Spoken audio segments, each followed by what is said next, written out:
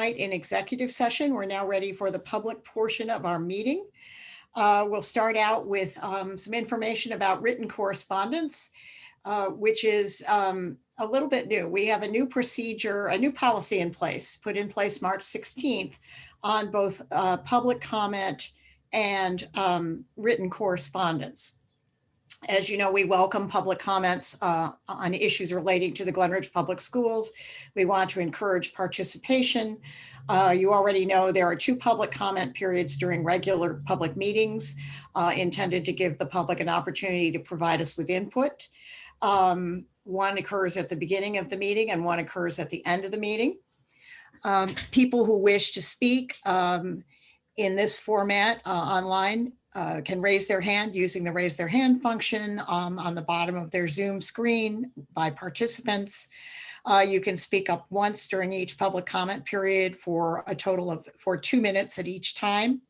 And the board will respond to questions at its discretion, may not respond to some questions if we don't have enough information or we need to make further inquiries. So public comment really hasn't changed, but there is an elaboration on written correspondence. Individuals who wish to submit written comments regarding any agenda item or school district issue that the member of the public feels may be of concern must do so by sending an email with the written comments to Barbara Murphy, Business Administrator, Board Secretary at bmurphy@glenridge.org, or by written letter addressed to Mrs. Murphy at 12 High Street in Glen Ridge. Comments in writing or email must include the commenter's name and address. Written comments must be received no later than 10 a.m. on the day of the meeting, so the Monday of the meeting. That correspondence will be read aloud and addressed during the meeting in a manner audible to all meeting participants and the public. When reading written comments during a meeting, the person reading the comment will stop reading after 2 minutes, no matter how long the comment is. The board president may also summarize duplicative comments as permitted by law, and duplicative comments will be noted for the record. So basically, for written correspondence, you need to send it to Barbara, indicate it that it's for the full board, and follow those directions, which will also be available on our webpage. So that is the new policy as of March 16th on both public comment and correspondence. This, some of you who know Robert's Rules of Order know that this goes a little bit further than Robert's Rules and elaborates a little bit on them. And of course, if you have any questions on it, we can always answer those questions. As far as written communication, since our last meeting, we've had one notable written communication on the 8th grade English reading selections. I would like to read it aloud, but I want to get the permission of the individual who wrote it first. So I will do that and then read it. If that individual gives permission, I will read it aloud at the next board meeting. Finally, President's Report. First of all, I want to send our sympathy to Borough Administrator Mike Zacchelli, whose mother, Judith Zacchelli, died just, I believe, last week or the week before. She was a resident of Verona, and we have a very close, productive, cordial relationship with Mike Zacchelli and everyone at the borough offices. So we send him our sympathy on the loss of his mother. We also want to recognize the retirement of Police Chief Sheila Byron Lagatuda. She is retiring after 40 years with the police, the Glen Ridge Police. And of course, we wish the chief well on her retirement. And finally, every year, the Board of Education has a retreat where we discuss a matter that the board picks that is of interest to all of us and concerns the operation of the district, some aspect of the district. In the past, we've discussed when we were going into the construction project, we got a better sense of that. We've talked about aspects of curriculum. When Dr. Mucciolo was here, we talked about Mission 2020. And so it is time to try to come to some agreement about a topic for the coming year for the July retreat. So I have I collated all of your comments, all of your ideas that you sent to me.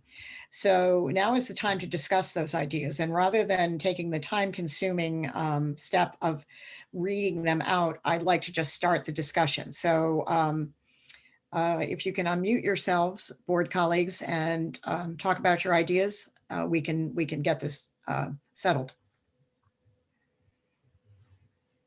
I personally think that given where we are at the moment, we should be looking closely at our vision for what the fall may or may not look like. Obviously, we don't get much guidance from the federal or state level, but I know that our administrators and our teachers are already thinking about how things will look in the fall, whether we are all back in or there's some hybrid method again. But I think as a board, we need to start listening and thinking hard about what September is going to look like for our students academically, emotionally, socially, as well as our teachers and administrators. So. Okay. That makes a lot of sense to me. I think the other thing I'd like to really focus on, if we can, would be the impact of the impact that we can at least be able to study and think about on what this last year, or really almost an entire year, and it will be more than that, has done to the to the social, academic, and other factors for the kids in the district. I mean, what is the ultimate impact? There are things that we now need to focus on, to try to make up for any deficits in either curriculum or in in other things, based on the time out of school. Okay. I agree with that, kind of focusing on the social, emotional impact of the past year. I know we're talking about learning loss, but there's also a lot of impact on the kids. What can we do to support the teachers as well? Because it's been a long year for them also, and the administrators. So how do we kind of regroup? I know we are talking a lot about strategic planning, which is wonderful, but I think this has been a tremendously challenging year for really at every level. And we need to, I think, look at what the data says, whatever data we can collect in terms of the impact, in terms of emotional, social, as well as academic, and how do we help the kids? Because each school has had its own challenges, and each school is going to require its own ways to kind of get the kids back on track on all those levels. And again, the teachers and the administrators, how do we help them as well in terms of getting back on track? It's been a long year for them. I would agree with those priorities, because this year has been a special year. I also would like to see us look at the diversity, equity, and inclusion across subjects, instead of making it a English topic or a science topic.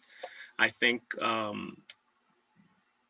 diversity should be celebrated across subjects. The way we talk about famous scientists, authors, sociologists, there are people of women, people of color that are not necessarily celebrated. And I think it's one of the things that we should be incorporating across the curricula, because it's not a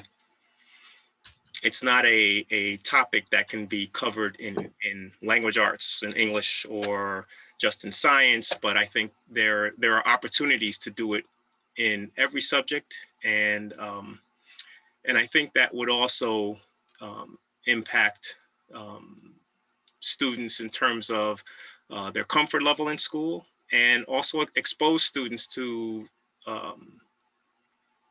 scientists, people of various abilities that just aren't talked about.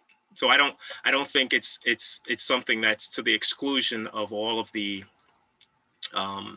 social emotional things that are going on, because those need to be addressed. Those are significant. And those are significant in any year. In this past year, it's doubly so. So I just would like to see diversity, equity, and inclusion not to be done during a month or to have a minute in class, but to be incorporated within the core curriculum. Do you feel, Anthony, like that could be incorporated into the retreat topics that our other colleagues have just mentioned, or should it be a separate, should it be a retreat on its own? That is interesting. That's an interesting question. I guess it depends upon how we wish to address the social, emotional well-being of students and teachers, for that matter. So it is a topic unto itself, but it doesn't. What I don't want to see, what I would like not to see, is to have it kind of off on its own, because it should be incorporated into a core. So I think when we talk during the retreat and we determine how best to address the issues that people are talking about in terms of the social emotional well-being of students and staff, that may dictate in part how that the diversity and inclusion is incorporated at this point. But I think this is going to be an ongoing thing. So if it's not a core, if it ends up not being the theme of our retreat, it is something I think we need to keep top of mind, keep it in all of our curriculum development. Okay.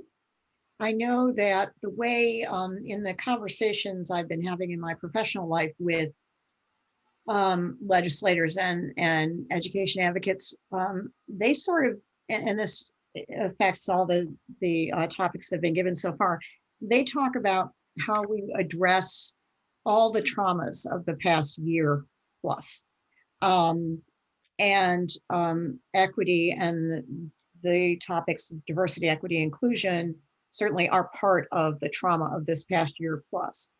That is, that makes our retreat, if we incorporate all that, it makes it into a very, very big issue, big complex issue. But that's one way that some people have talked about addressing it. So other ideas. I just would like to jump back in and say that I think Anthony is spot on with everything that he just said. But I think if we try to lump the two together, we're going to lose some of the importance that we want to place on the equity issue. And so I personally think that it's a topic unto its own, and that that we should revisit examining that in depth, at a different time. And that's not to say to put it on the back burner in any way, shape, or form. I just think we're not going to be doing it. We'll be doing it a definite disservice if we try to lump it in. And so, that could very well be. But again, I would just like to say, if how we look at the way we address the social emotional issues can in part dictate how we incorporate it. And Tracy, it may be that we need to take a step back from these two topics. I personally think, to Betsy's point, they are interrelated, but it may be a bit much for. I totally agree with you that they're interrelated. I just think that that making the whole diversity and equity issue sort of like a subset it's going to get lost. And we also want to be incorporating, as you said, how are we looking at these issues in our curriculum and our personnel and all of that. So makes it a huge topic. It's not just social emotional. I think it really deserves its own its own time and its own place for us to look at it closely. And Yeah, I agree with Tracy. I think they're not, I mean, in some ways they're not that related. I mean, they're two completely different issues. How the pandemic and homeschool, I mean, learning at home and remotely has affected all of our students is one thing, and our critical issues of addressing equity and diversity, et cetera, is a different issue. I will say they probably intersect. I mean, to the extent that to the extent that, for example, we had some momentum that we were working on in terms of putting into place policies, et cetera. Those are things that we certainly can address as part of the first issue. Having said that, we may not have enough data in the by July. We may not have enough raw data, either test data or or gathering of anecdotal evidence to really be able to have a full retreat simply on the issue of what's the long-term impact, or what are the things that we need to address with regard to emotional, social, and academic progress of our kids. Whereas I do think we probably would be able to have a summit on these other issues. I just don't know. I just think that they're both pressing issues, obviously. Yes. But I wouldn't want to cheapen one or the other by combining them. I agree with you, Michael. And to be clear, this is not a topic that we can resolve at a retreat, either one. But I think we should look closely at how we're going to look at the immediate need. I mean, to my mind, they're both immediate needs, but we do need to kind of get back to or determine what normal is now. And then start to look at, okay, so now that we have what our new normal is, because it's not going to be like it was, we can start to look at what do we need to do for social emotional, what do we need to do in terms of diversity, equity, and how do we start to incorporate it? I mean, they will both, to my mind, are going to be nibbled at throughout the next few years. One thing that may impact this, Dirk, you remind me, please, and us of the timeline for the equity audit. We're expecting, originally it was expecting that the report will be done before the end of June. Okay. So that information should be to us before the summer retreat. Okay, So- that's what I wanted to know. I think we should spend the retreat looking at the audits, both the special ed audit and the equity audit, and assessing what we've been doing with social emotional intelligence, because those are three big things we've been looking at, so we can address the needs of all students, and thinking about that in terms of our strategic planning. I'm also interested in what the staff and faculty, staff, administration think they're doing well, and where they see the areas that they think we could improve on. I think we need to take sort of a high level approach and really get into the things we've been trying to assess how we're doing and benchmarking ourselves, and taking that step forward by looking at that. One question I have, just based on what you just said, Heather, do we have any feedback from any of the student groups that have formed over the last few years about surrounding diversity, equity, and inclusion? Because I know that I know there's the African American Black students group. There's The student groups. The student groups, to see how they perceive this. I mean, because the danger that we face, in my mind, is we look at all this data, but then we forget to talk and ask how are the students perceiving some of this, especially the high school students who really, can organize themselves and have started thinking about this, and some have complained about it in terms of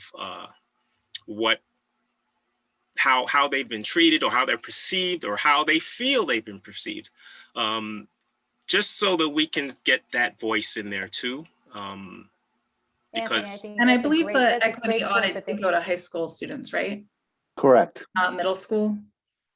I think it was 7 through 12. I need to double check on that. Yeah, we looked and we Eh, didn't see it for my eighth okay. grader.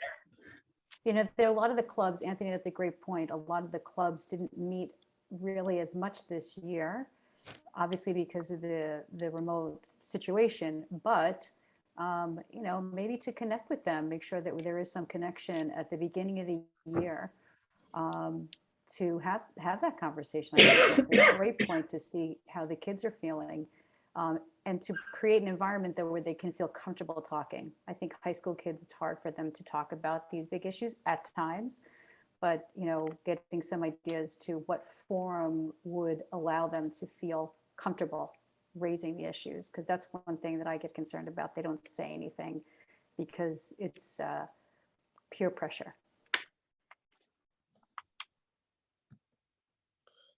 I wanted to give my thoughts and echo what Michael just said. I think the idea of talking about the impact of COVID and the plan going forward, I think it might be both too soon and too late to talk about that in July.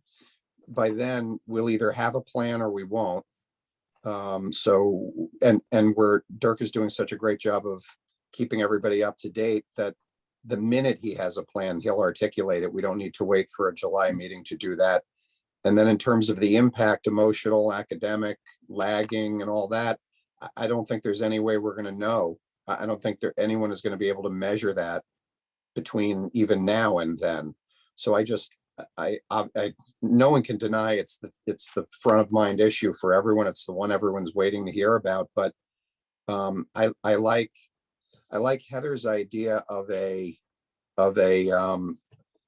her idea just sounds more like a retreat sort of topic in terms of the 20,000 foot. And I hope that it can somehow include the diversity and inclusion and a topic. And obviously, I think the diversity inclusion topic, and you know, I defer to Dirk on whether that issue, whether there's going to be enough to talk about on that issue as it relates to curriculum and running a thread throughout the entire curriculum, because I think that's, you know, I think that's something we all need to hear about and get briefed on, either by curriculum or the administration. If that's ripe for a July meeting, then I think it should be part of as Heather said, the different surveys that we're doing. But you know, if Dirk says no, I think, you know, there's going to be plenty of studies and plenty of substance to talk about the impact of COVID by July, and we'll have a good assessment of the lagging and the impact on our kids, both emotional and academic. Then definitely this is a unique year, and that should be the topic. Unless Dirk says otherwise, I just don't think that's going to be, or if Betsy, what she's hearing out of Trenton, I just don't think it'll be ready yet. If you don't mind, I'm gonna tend to agree with you right now, Dave. We're really not going to know the impact, and part of that is not having the baseline tests, the standardized tests that we can compare performance. And even if you remember roughly about a year ago, our AP tests looked much different than they did in previous years.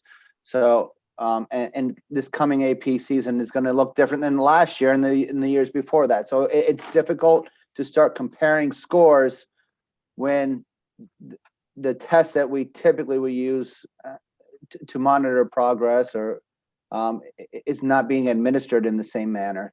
And when we look at SATs, we know how difficult that was for many students to get access to SAT scores, exams throughout this year.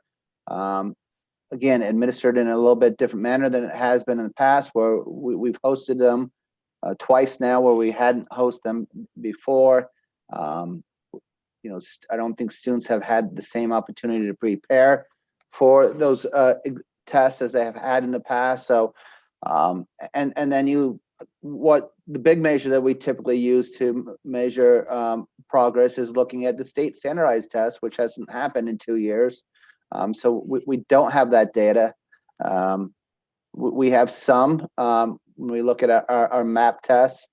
But again, some of that was taken remotely by the students. So it's a different format, and it's the baseline when it's not administered consistently from year to year, it's tough to compare that data.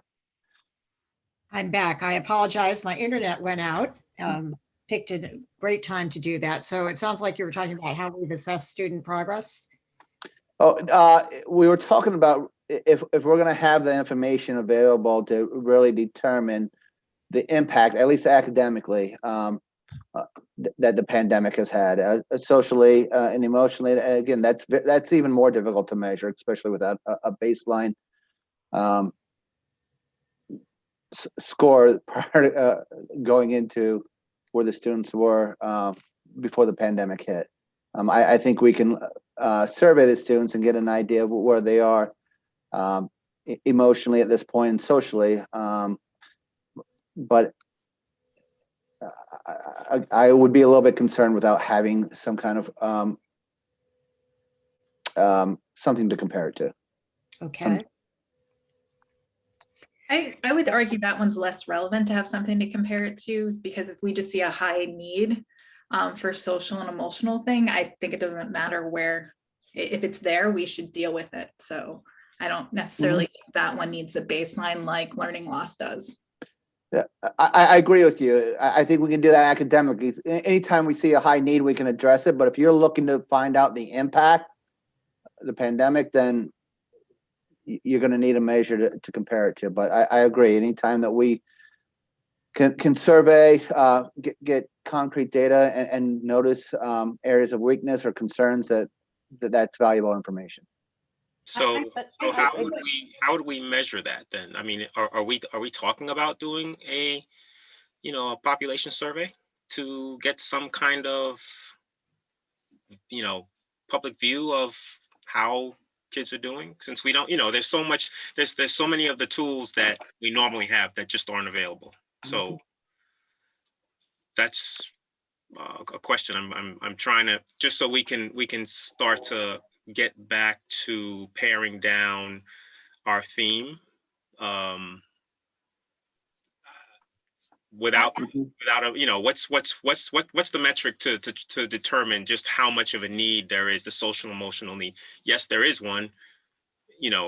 How do we measure that? How do we gauge what we need to do? I mean, I think we can look at it's ESS, right? Mm-hmm. For guidance on Technical how solution. to approach that.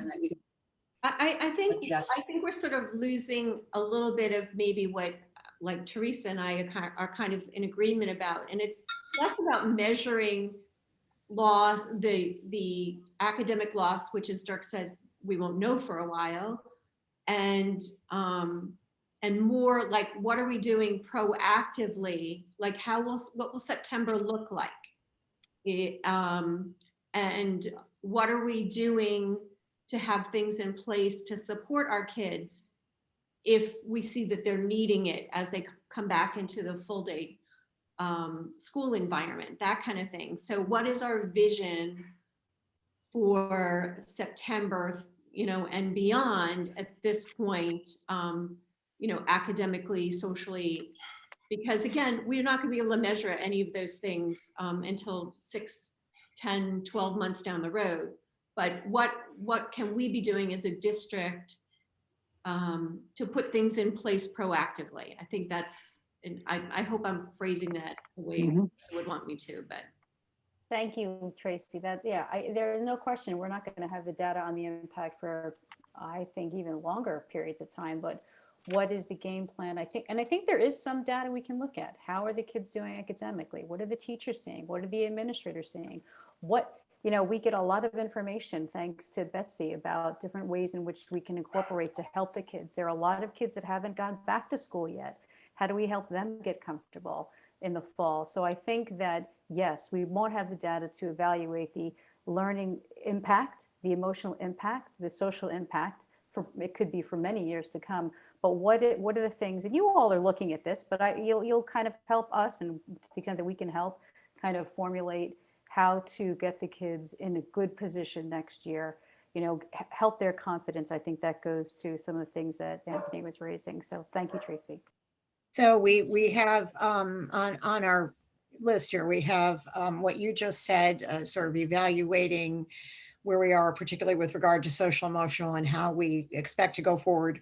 Or since the equity audit will be finished at the by the time of the retreat, we could discuss what Anthony brought up, how the outcome of that will affect all the aspects of our instruction and going forward.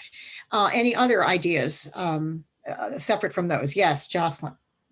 Betsy, I just, I guess I almost feel like we can build an umbrella large enough for those two things, sort of along the lines of what Heather shared.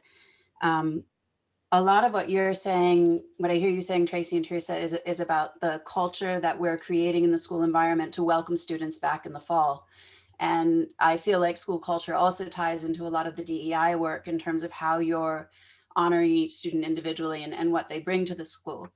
And if we, and also in terms of what our like back on track COVID return thing is, I would urge us not just to say, oh, how have our children been harmed, but also what wonderful things have come out of this and what new teaching tools have our teachers discovered and what new internet resources and how can we build on all of that. And so I guess I would, and maybe this is just making things too big and I'm thinking of an all-day retreat instead of the time that we have available, but urge us maybe to have that larger lens of what are our cultural goals as a district in this upcoming year in order to support students emotionally, integrate what we're hearing from the equity audit, and kind of start down a path that we're going to look at iteratively as we get the special ed audit and the strategic planning process underway, because it's not a one-day retreat. And maybe I'm a new board member and I have more energy and I want to have another retreat in 6 months, but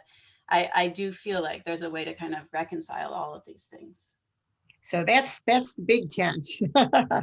Okay. Other ideas?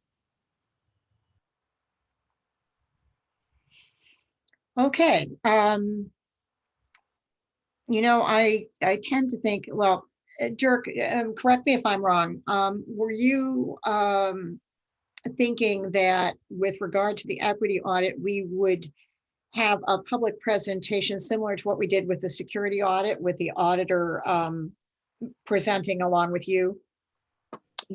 Yes, and that may happen during the board meeting, or we could do a separate meeting. So that's a discussion we need to have, but there will be a public component to presenting the information that comes out of the equity audit report. So maybe, and you all can shoot this down if you think it's bad, maybe we do the coming out of COVID going forward SEL related discussion in the retreat, and have the equity audit and then an equity discussion in the context of a different board meeting. Would that work? I'm just afraid that if we're going to lose so many important facets of the equity issue if we don't devote a chunk of time just to that. Okay.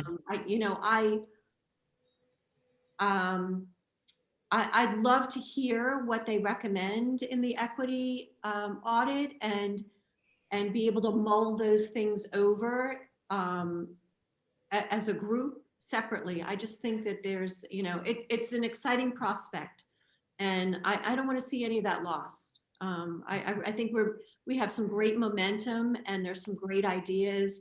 There's some great groups in the community. As Anthony mentioned, there's some great student groups, and I think it's a whole other issue that we can just really embrace and dive into. And I don't want to see any part of that lost. Okay. Trying to incorporate what we're recovering from with this pandemic and how we're going to move forward as a community in September, because that's, that has to be the forefront of our mind. But let's not minimize the diversity issue by lumping it with anything else. So it sounds like you're recommending that separate meeting. I would definitely think it definitely requires a whole separate meeting. I really do. I mean, I just think there's so many facets of it that we should look at carefully as a group. Okay, other comments? Well, before we turn the floor over to Dirk for the superintendent report, any other comments? It sounds like maybe we do to quote the board, the state education department, the sort of the road forward and the impact in the retreat, and then we maybe have the in public, of course, the presentation on the equity audit with the auditor present and discussion as a separate session. Is there consensus on that? Yes. My only concern, and it's not a showstopper at this point, is once we have that meeting and we get the report, our next steps are critical. So know that, I see heads bobbing, so it won't be just me that's going to be looking for that. Absolutely. I think in terms, because the audit that was the most recent was the security audit, the auditor gave us the recommendations and then came the process of prioritizing them. And so that's a whole process as well, and merits discussion as well. Prioritizing them and obviously implementing them once we figured out the prioritization. So I would say it sounds like two separate, to give the weight that each topic needs, knowing that they are interrelated, that one should be the retreat and one should be a separate meeting. So it sounds like we have consensus on that. Yes. Okay. Okay. All right. Thank you. That was the president's report, with apologies for length, but absolutely necessary discussion, because we have to, I think it's important to get our thoughts out there and have consensus on this. So Dirk, superintendent's report. Thank you, Betsy. I'm going to share my screen.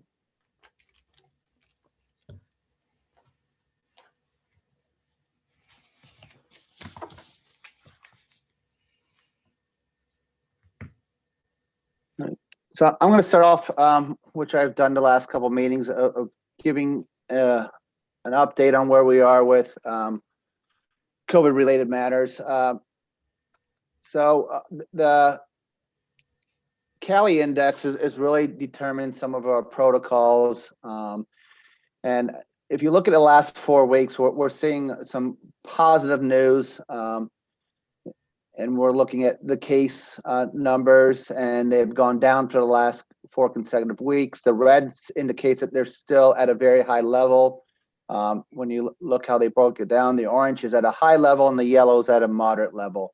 Our percent of COVID-like illnesses has gone down in the last few weeks, and the percent of positivity has gone down to a moderate level. So although our region and most of the state is still at a high risk level, recently one region went down to a moderate risk level, and we're seeing a trend that these numbers are decreasing. And if you follow the metrics out of the company out in Seattle, they're really predicting that the New Jersey numbers will be dropping significantly in the next month.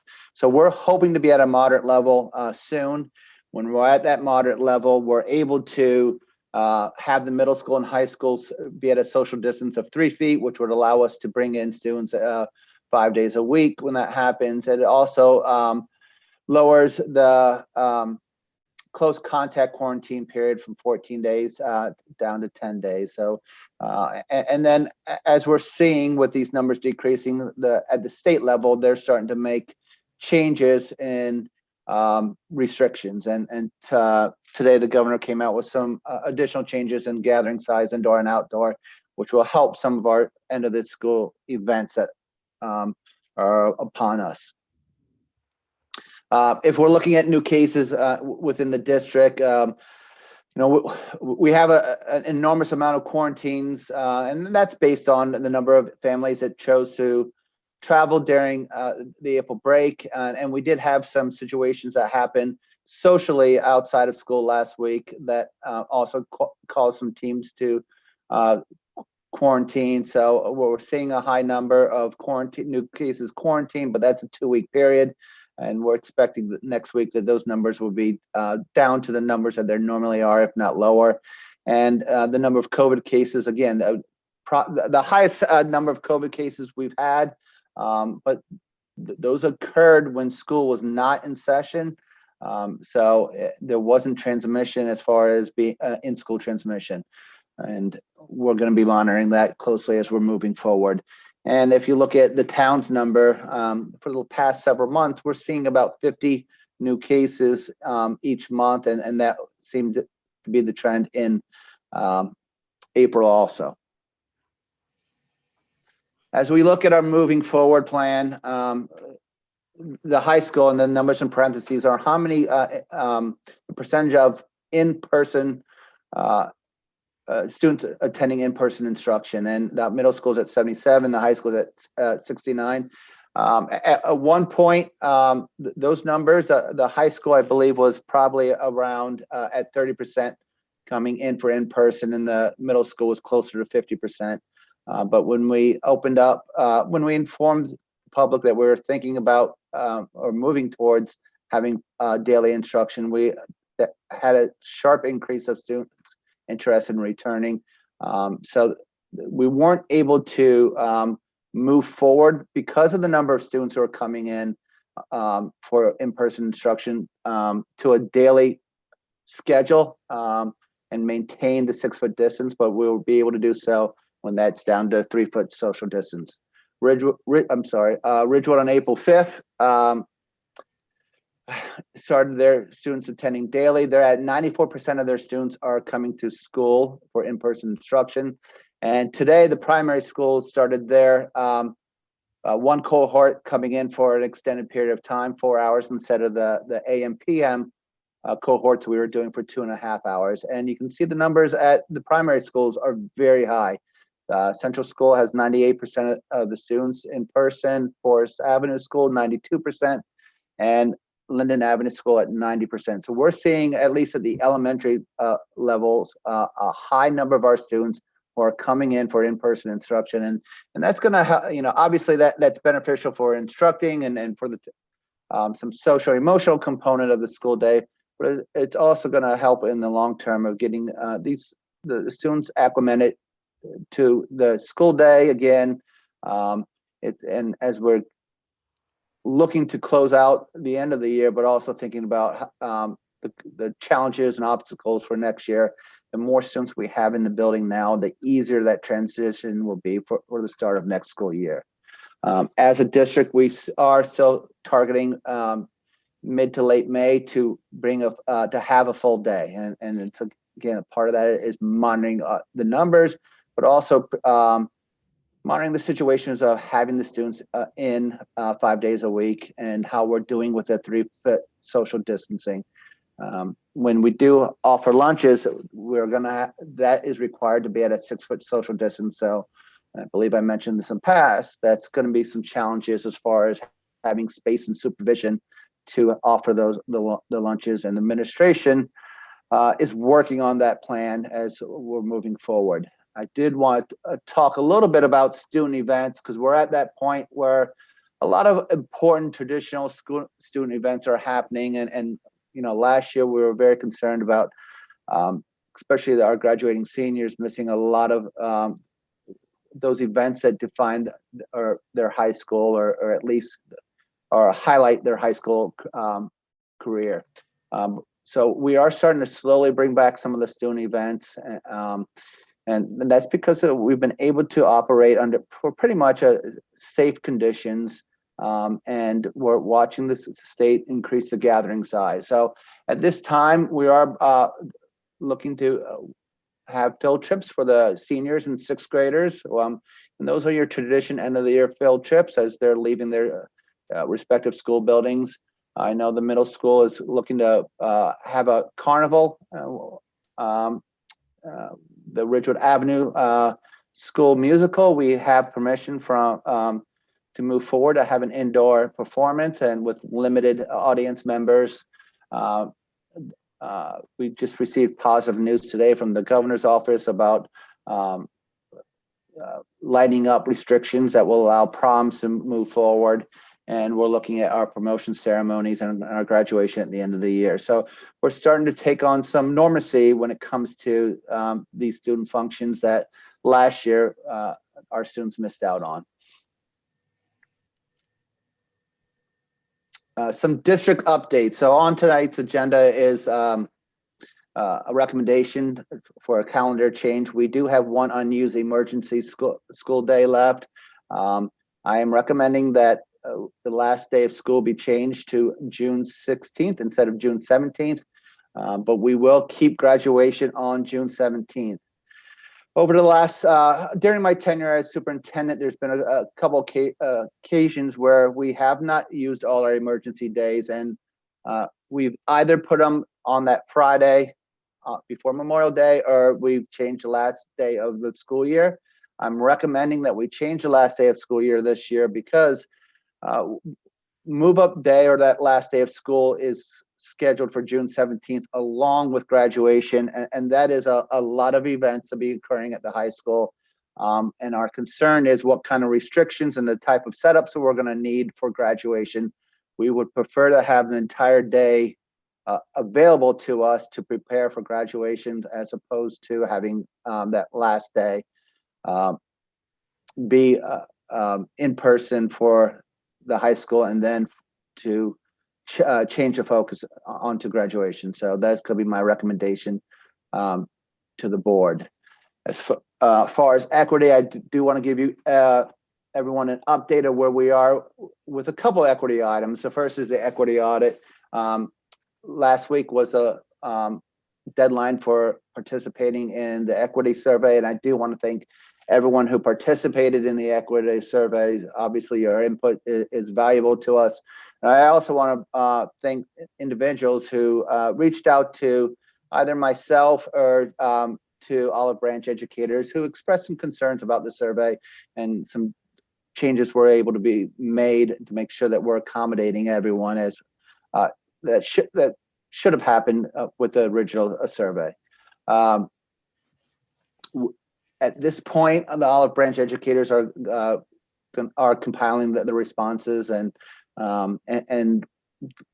their goal is to have their report to us by the end of June. There are some more factors than just the survey. The next step is for them to meet with focus groups. So we will be having a meeting in the coming week to discuss the process of how to determine the participants of the focus groups and set up those meetings. And they will plan on completing that portion of gathering information from focus groups by the end of May. So that would be the next step. And at the same time, they're going to be reviewing district data as far as assessment results and reviewing our curriculum, and so that will take a look at it from a curricular point of view, from an equity point of view. Betsy mentioned that the district did receive a letter from a parent group concerning text selection, and that was at the middle school and high school levels. And the focus really is on diversity and inclusion when it comes to the text selections, along with age appropriateness and the use of some terms in some other text selections, some of them derogatory. So what we've done at this point is the administrative team has met with the high school and middle school English department just to have that initial discussion and really delve into a little bit about the process they go through selecting text, but also just as important is how they prepare students prior to reading text. During that initial discussion, we definitely saw a need to get to have a more comprehensive process when it comes to selecting text. And the teacher did express a desire to receive more training when it comes to facilitating those difficult discussions in classroom, maybe related to race, maybe to gender identity, maybe to religion, but we wanted to make sure that we're able to provide our teachers the best instructional strategies in order to have those conversations in class in a meaningful manner. So we have set up training for the entire middle school, high school staff that will happen next week.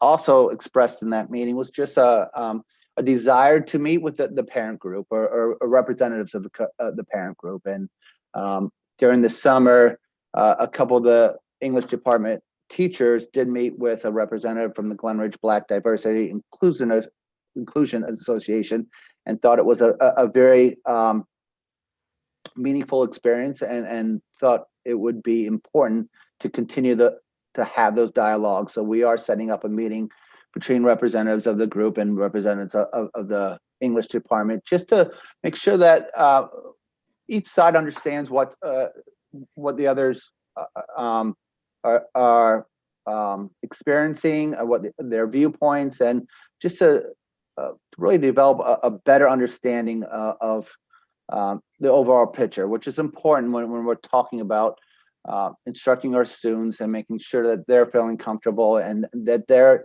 in an environment where they can learn without feeling pressure or anxiety or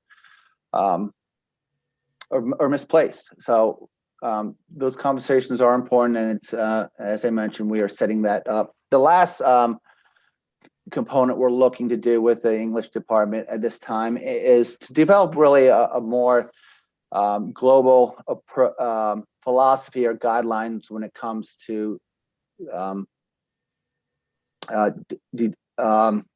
selecting texts. And we're going to be working with our literacy consultant to help us through that process.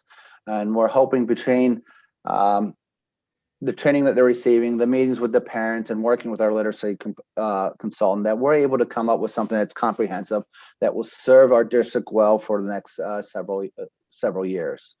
So that is our update as far as our equity work. Strategic planning, we are moving forward with strategic planning.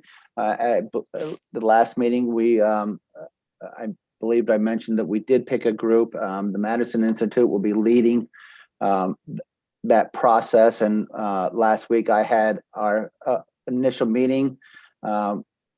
They are sending me some information to suggested timelines and the next steps. And I'm going to review those timelines and the information they send us. And I will be sharing with the public an outline of how we're moving forward once that is finalized. We are working also with getting a special education audit. This week, there's a small committee that will be hearing from 3 different firms, their proposals and suggestions on how they would conduct an audit for our district. So, and from that meeting, we're hoping to make a recommendation to the board on which firm to move forward with. The last thing I want to mention when it comes to district updates is I want to congratulate Samantha Rooney. She is named an unsung hero, and the unsung hero is a recognition by the Essex County School Boards Association, and it recognizes a senior from each of the county's high school. And the honorees of the schools are unsung heroes in the sense they are students who make outstanding contributions to their schools and communities, but who are often overlooked by traditional student recognition programs. So Samantha was chosen by the administration and the guidance department as Glen Ridge's unsung hero. So I want to congratulate her. And the last part of my presentation is turning over to Barbara Murphy to present the 2021-22 school budget.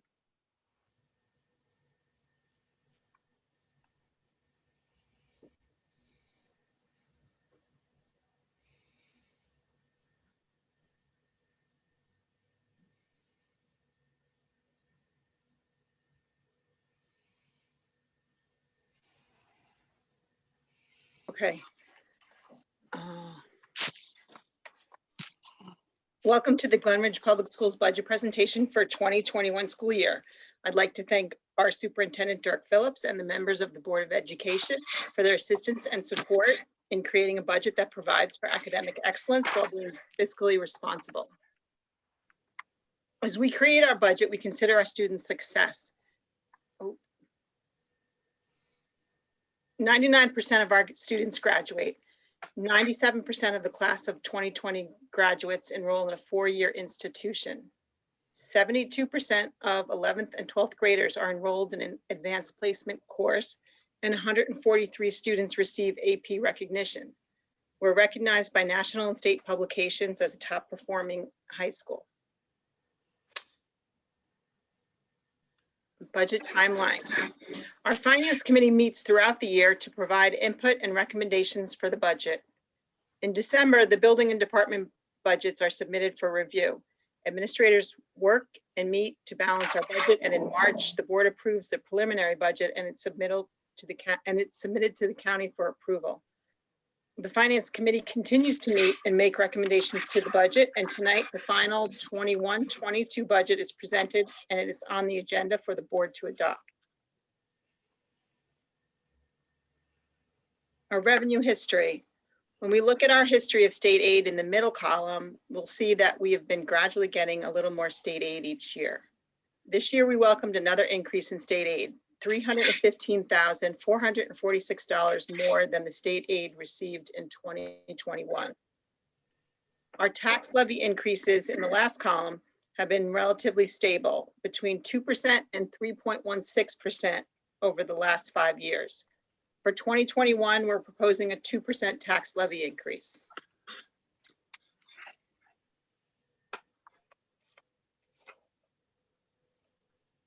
(2021) proposed budget revenues.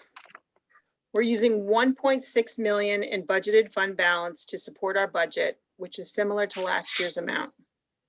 We're using a capital reserve withdrawal of $192,161 to support our capital projects.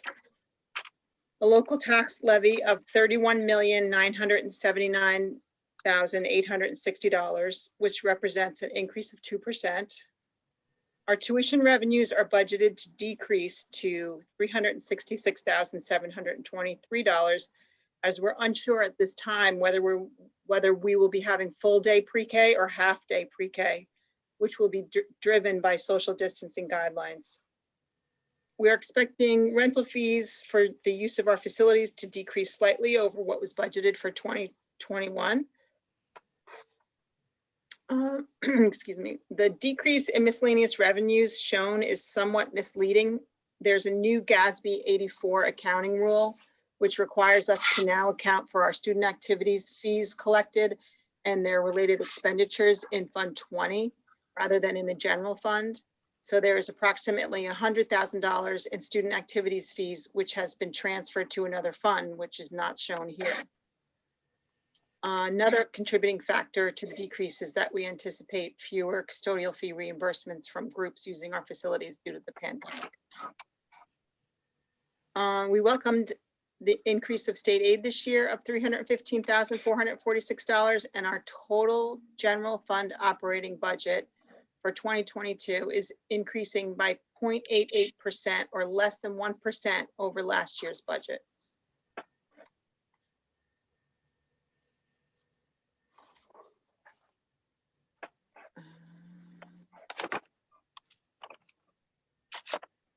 The tax levy revenue supports the majority of our budget at 89% of our total revenues. Our state aid makes up 4.5%, and our budgeted fund balance makes up 4.5%. The tuition we receive accounts for 1% of our revenues. A withdrawal from capital reserve represents 0.5% of our revenues. This chart compares the current year 2021 budget to the 21-22 proposed budget, and it shows the percentage change. With salary increases and the general costs of goods increasing between 2% and 4%, we would expect to see a 2 to 4% increase in most lines. Basic skills instructions increased by 5%, which can be attributed to salary increases and horizontal guide movement. Co-curriculars and athletics appear to decrease by 9%, but as I mentioned before, $100,000 of co-curricular expenditures have been moved out of this line and into a Fund 20 account as per the new GASB 84 accounting guidelines. Without the transfer, there's actually an increase of 2%. Out-of-district tuitions are expected to decrease by 4%. Support services for our students appear to decrease by 7% in the general fund, but this is because we received the elementary and secondary school emergency relief funds in the amount of $567,319 and mental health grant funds in the amount of $45,000 to be expended over 2 years. And we're using half of those grant funds in this budget to support effective school solutions, which supports mental health in our school system. And that is usually charged here.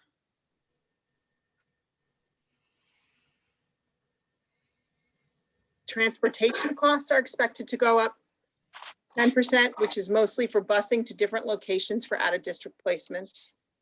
Employee benefits are expected to increase by 5% as our rate increase for health benefits was 4.83%.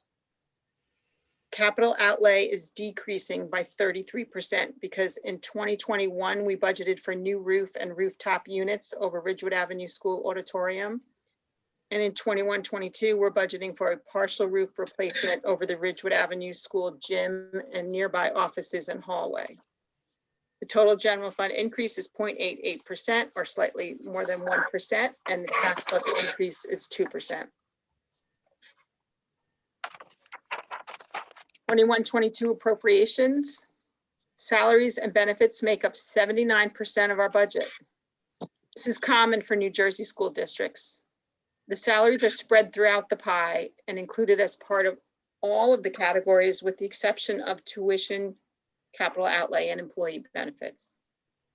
Regular ed instruction makes up 35% of our budget. Special ed instruction in district makes up 7%.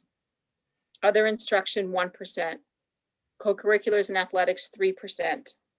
Tuition to send our students out of district is 5% of our budget. Support services, 10%. Administration, 11%. Maintenance and operations, 8%. Transportation, 3%. Employee benefits, 16%, and capital outlay, 1%.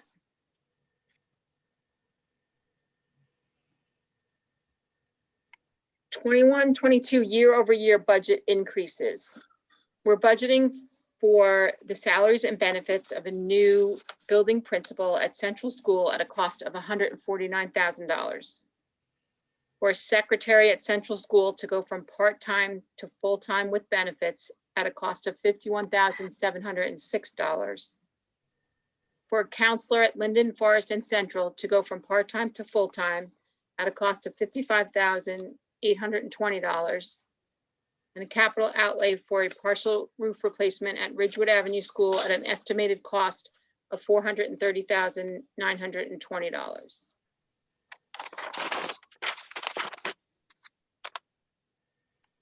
'21-22 year-over-year budget decreases. Not included in our 21-22 budget are the Future Educator Club Advisor for $5,757, administrative software programs for $24,233, supplies for $20,000, the high school athletics secretary position going from full-time with benefits to part-time for $43,776, the high school librarian position for $105,609, Ridgewood Avenue synergistic teacher position for $81,000, substitute teachers for $38,954, a Ridgewood Avenue School IEP driven paraprofessional for $22,000, and a Forest Avenue School IEP driven paraprofessional for $22,000.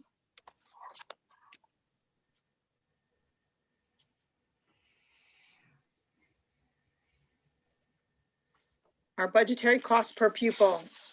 When we compare our per pupil cost to similar school districts in our area, we see that we're fiscally responsible. Our per pupil costs for the 2021 budget are $16,796, which is the second lowest of the group, with only Verona having a lower per pupil cost. The costs range from $14,685 for Verona to $24,241 for Mountain Lakes.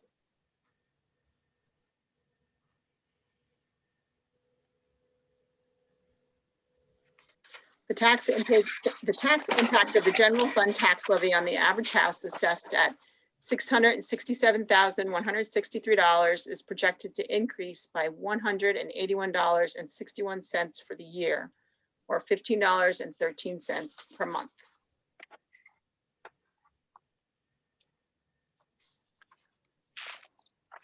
We're grateful for the incredible support our district receives from our community in both funding and hours of time donated. Our Art Parents Association supports our art program and scholarships. Our athletic teams and booster clubs support us with uniforms and supplies. The Glen Ridge Education Foundation generously donates funds for Orton Gillingham teacher certifications, literary consultants, technology, Consortium for Equity, virtual high school, and teacher grants. Our home and school associations are very active and have funded technology, assemblies, student activities, building improvements, and teaching supplements. Our Music Parents Association supports our music program and scholarships. We are fortunate to have many other community groups supporting us too, including Grace, Gaslamp, Page, the GRAA, and other private donations. We are truly grateful for the ongoing generosity of our community.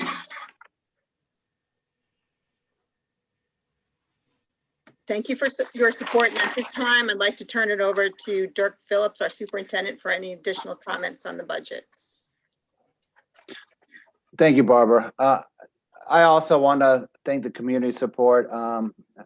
This is my 26th year in the district, and this district could not operate the way it operates without the support of the community groups, the parents, the various school organizations. So immense amount of gratitude for those for everyone. Our budget process is difficult every year, being a small school and receiving little aid, and having our ability to raise revenues through taxes limited at 2%. It's difficult, and there's always very little wiggle room. So whenever we see increased costs, whether it's related to salaries and benefits, whether it's related to building projects, or the district wanting having new initiatives, or wanting to create new positions, typically what will happen with those increased costs will we have to find a trade-off, and those trade-offs are results in cuts somewhere else. And with you have 80% of your budget dedicated to salaries and staff, typically those cuts come in salaries and benefits. And this year is no different. We have a couple positions that we are cutting in order to move forward with our budget, in order to operate in a manner that we think is beneficial for the district. I do want to just quickly discuss a couple of those cuts, and that one would be the high school media specialist position. As we look at that position, it's been extremely valuable for us in the past, but as we envision that space a little bit differently, we at this point think we can move forward in a different direction. With that being said, we need to understand that we're cutting the position and not the individual. When we look at positions, being a part of a union, if we have people who are certified, who are working under the same certification, if we're cutting position, the individual who has more seniority, if the both of them are tenured, will have opportunities for that, for the position, for the other position. And that is what's going to happen if the board accepts the budget recommendations. So I wanted the public to be aware of that. The second position that we're cutting is at Ridgewood Avenue. And it's important to understand with that position, we are just really, we're not losing, we're moving forward from synergistics. And part of that is it's becoming a little, the equipment's becoming outdated. And we believe that we can create a course, a STEM course that does that meets the needs of our students when it comes to offering them experiences similar to what they had in synergistics. So we are going to be consolidating some positions, and as far as cuts, no individual who is currently on staff whose tenure track is losing their position based on that decision to cut synergistics. So individuals will be moving around in the building in order to cover all the responsibilities that are going to happen. Again, this is always a difficult, challenging time for our district. We've experienced personnel cuts last several years, but we've also tried to balance that with new positions as we're moving forward with initiatives such as Central School. Central School is now going to be staffing a principal for the building and a full-time secretary. So there can be greater dedication to the students, to the parents and the staff who are working in this building. And it can take on the ownership of moving forward and creating identity within Central School. So I wanted to mention those two very important and very difficult decisions as we're presenting the budget tonight. Okay, thank you, Dirk. Before we go to public comment, board colleagues, do you have any questions or comments? Heather. Hi, Barbara, could you explain for the public on the revenue slide the difference between projected and actual budgets and why we see that decrease for tuition and rents, why it's so significant when we expect things to be improving next year? And then I have 2 questions for Dirk. Barbara, you're muted.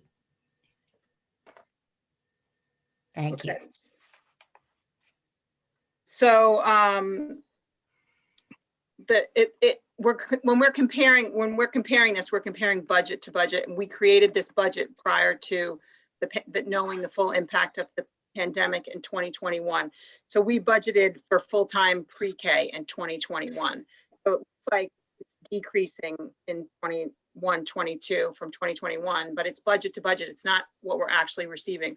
We're actually receiving, I'm estimating 203,000 in pre-K revenues this year rather than the 430,000 that was budgeted for.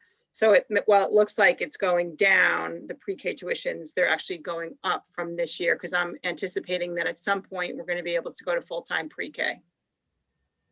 Thank you. And you had questions for Dirk. Yeah, I was hoping, Dirk, you could elaborate on both positions that are being eliminated, how the plan to cover the librarian duties at the high school, and then with the elimination of synergistics and the development of the STEAM, is it going through curriculum right now? Is that going to be the teachers who's taking over responsibilities to develop that curriculum? How is that going to be handled? With the shuffling of staff around, you have professional development plan for people who are maybe stepping into a newer role. If you could elaborate on that. So I'll take the second question first.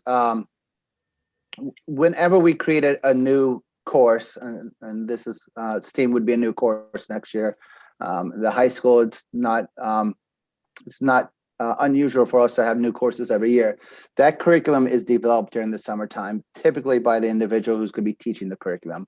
They have an ownership to it. They're the ones who are going to end up instructing that content. So we want to make sure that they're creating the curriculum, and that's being supervised by our curriculum director of curriculum, Winnie Boswell. In this case, the individual will write the curriculum over the summer. We're actually already set up for some training, professional development training during the summer. And then part of that writing curriculum is getting the input from others. It's not just doing it on your own, seeing what other schools have in their curriculum, what would match well with us. When we're talking STEAM, you're going to want to speak with the science teachers. You're going to want to speak with the math teachers. You're going to want to speak with your technology people, and make sure that you're integrating activities that are interesting and intriguing. It is a related arts class, so we want to make sure it's fun and hands-on. And we'll probably even look at some of the activities that we have done in the past in synergistics that were popular, and try to put our own spin on that and make it successful in that setting. As far as the library at the high school, I think we're just looking to move forward with a vision that's a little bit different than what you would see in a typical library or a traditional library. And that has slowly started happening over the past several years, where our students are not using the space the same. The book, as far as taking books out, it's just not a practice that our students are doing. And part of that is the access to online books. Part of that is, audible.com has become very popular, but it's also their ability to access books through online means, and getting them quickly in their hands. So we are looking to make it a less traditional space where we are having some of the resources still available when it comes to electronic, as far as subscriptions to professional magazines and we have a lot of online subscriptions where students can access books from a variety of resources. We are looking to use the space for some large group presentations, and start using it more as a cooperative space than perhaps it was used in the past. So we're just moving forward and envisioning that space being used differently. And that will be overseen by the administration, and we're talking about who's going to be stationed there right now. And we have a couple ideas in place. And it's also, we're looking how we're utilizing different teachers in the building. We have several teachers who are part of the technology team, and part of their responsibilities during the day is to work with Miss Boswell and the updating technology and training our teachers. But now we're going to make those teachers available to students by reassigning them in the library. We're going to make sure that the resources that we currently have available are still available to our students. Part of that is working with our teachers, which we currently do, to make sure that whatever needs they have, or as far as online subscriptions or research material, that we're able to provide that. So all those operations that are being utilized by the students right now, we're going to keep in place. The operations that in the past that we've seen dwindled, we're recognizing that, and we're going to try to figure out how to do those items up made a little bit differently. Okay. So just one more follow-up question with that. Is there, with the reshuffling with GT, is there also professional development plan for that, or is that something that individual already has familiarity with? GT, the individual who will be doing GT at the primary level, actually the individual who's doing the GT at the primary and elementary level, both of them already have experience doing GT. But at any time where one of our staff members has a desire to get additional professional development, we are supportive of that, and we'll typically approve that without question. Okay, board colleagues, other board colleagues, any other questions or comments before we go to public comment? Okay, I apologize. I forgot to say at the top of the meeting how many participants we have, and I know that is of particular interest to some of you. There are 69 of us on this call, so there are about 53 audience members. And for those audience members, we're at the first public comment period. You heard me talk about that a little bit at the top of the meeting, but just to refresh for a minute.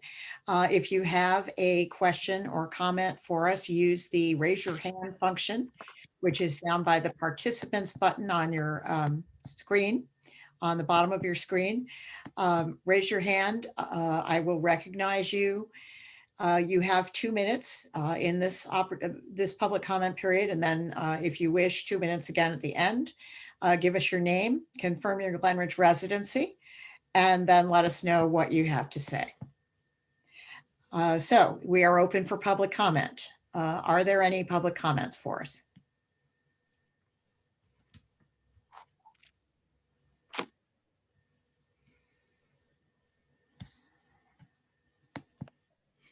I see one hand from Nancy Breslin, but you're muted right at the moment.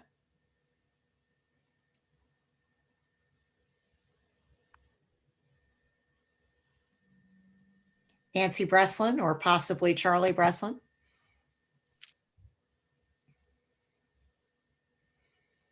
You're still muted. Okay, we can come back. Are there any other public comments on agenda items?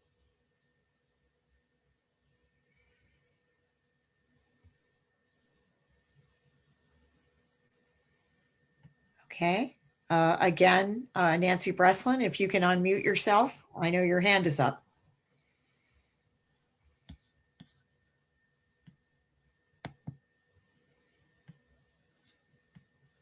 It's like the Oscars last night, but let's keep it moving.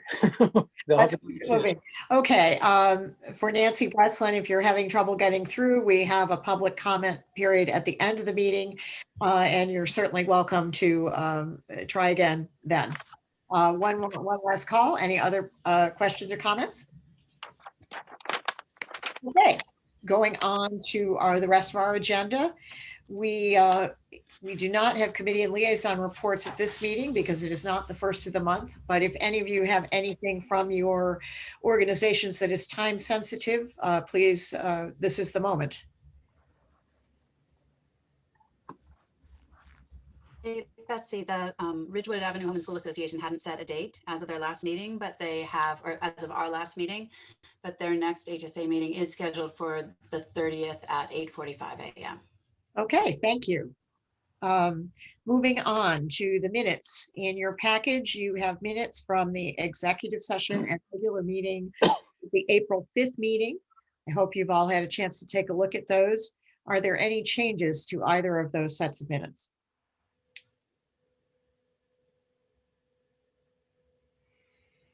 Does not look like it. Michael, would you move the minutes? Sure, I move M1. Okay, may I have a second? Second. Second. Second from David Campbell. If there are no changes, Barbara, would you call the roll? Mr. Bonnet, Ms. Boyle Vellucci, Aye. Mr. Campbell, Aye. Mr. DeLu, Aye. Ms. Gottlieb, Aye. Ms. Graham, Aye. Ms. St. Auburn, Aye. Dr. Yaris Ramos, Aye. Ms. Ginsburg.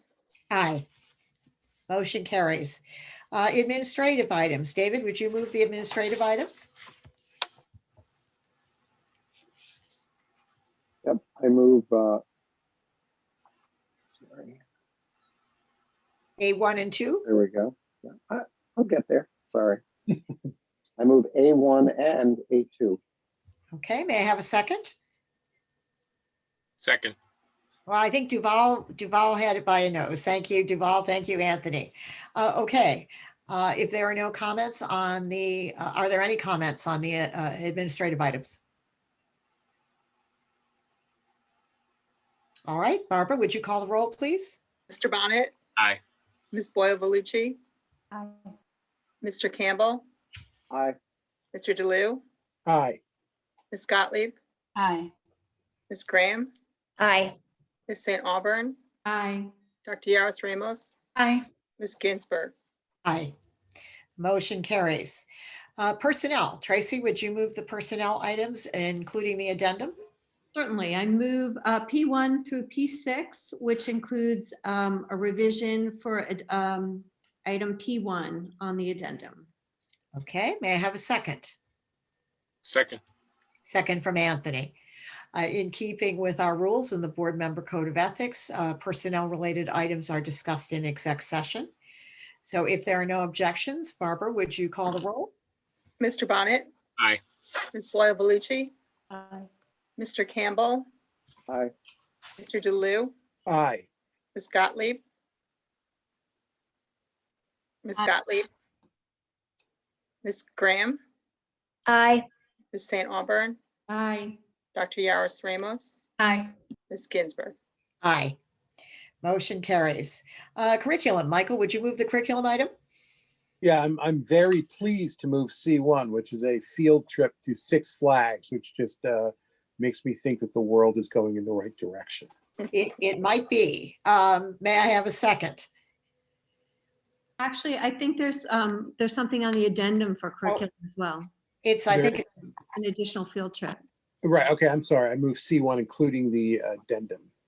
sorry about that. May I have a second? Good. Second from Teresa. Thank you. Okay, any questions or comments on the resumption of field trips after such a long time? Barbara, would you call the roll, please? Mr. Bonnet, Aye. Ms. Boyle Belucci, Aye. Mr. Campbell, Aye. Mr. DeLu, Aye. Ms. Gottlieb, Aye. Ms. Graham, Aye. Ms. St. Aubern, Aye. Dr. Yaros Ramos, Aye. Ms. Ginsburg. Aye. Motion carries. Business items. David, would you move the business items? I move B1 through B9. Okay, may I have a second? Second. Okay, board members, any questions or comments on the business items, which of course include the acceptance of the budget? Questions or comments? All right, Barbara, would you call the roll? Mr. Bonnet, Aye. Ms. Boyle Belucci, Aye. Mr. Campbell, Aye. Mr. DeLu, Aye. Ms. Gottlieb, Aye. Ms. Graham, Aye. Ms. St. Aubern, Aye. Dr. Yaros Ramos, Aye. Ms. Ginsburg. Aye. The motion carries. We've arrived at the second public comment period for comments on agenda or other items related to the running of the schools. The same 2-minute rule applies. And please introduce yourself, confirm your Glen Ridge residency, and let us know what's on your mind. Anyone want to raise their hands?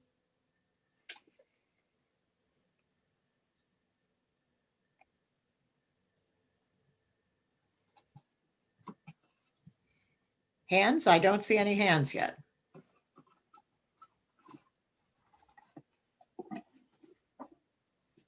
We'll make one last call for raised hands.